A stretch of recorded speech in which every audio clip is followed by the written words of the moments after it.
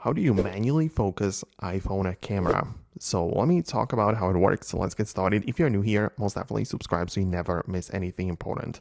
So of course, using the built-in camera app, you can get inside and if you want to focus on a specific subject, you can click on it and the focus will be changed, right? So that is the most fundamental way you can do it. But at the end of the day, the built-in camera app is still using the automatic focus. Because of course, you can hold down on it and like lock the focus in here.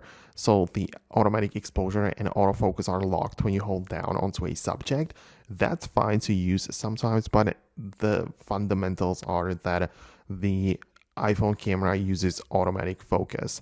And if you need to start using the manual focus, I would recommend you to get a third-party app from the App Store. So there are like different camera apps which you can decide to use or test out at least. One of them is called Final Cut Camera, which is made by Apple, so it's technically not even a third-party camera, right? You just have to download it from the App Store, and this app is like a professional camera for your iPhone. So obviously it uses the same lens and everything of your device, but in there you can see that when you click on the options or controls at the top, you'll be able to see a couple of different things at the bottom, like the zoom, white balance, exposure, and also the focus, right? So you can switch it from the automatic focus to the manual focus, and then you'll be able to adjust it and scroll it like that and completely use the manual approach.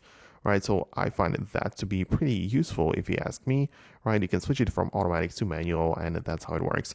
One more thing though, I would also tap on the settings and at the top and go to the tools where focus peaking is an option, and I keep it turned on. It just means that it kind of like highlights the focused subject in a green outline color. So I find that to be very useful. It's like a feature from the professional DSLR camera.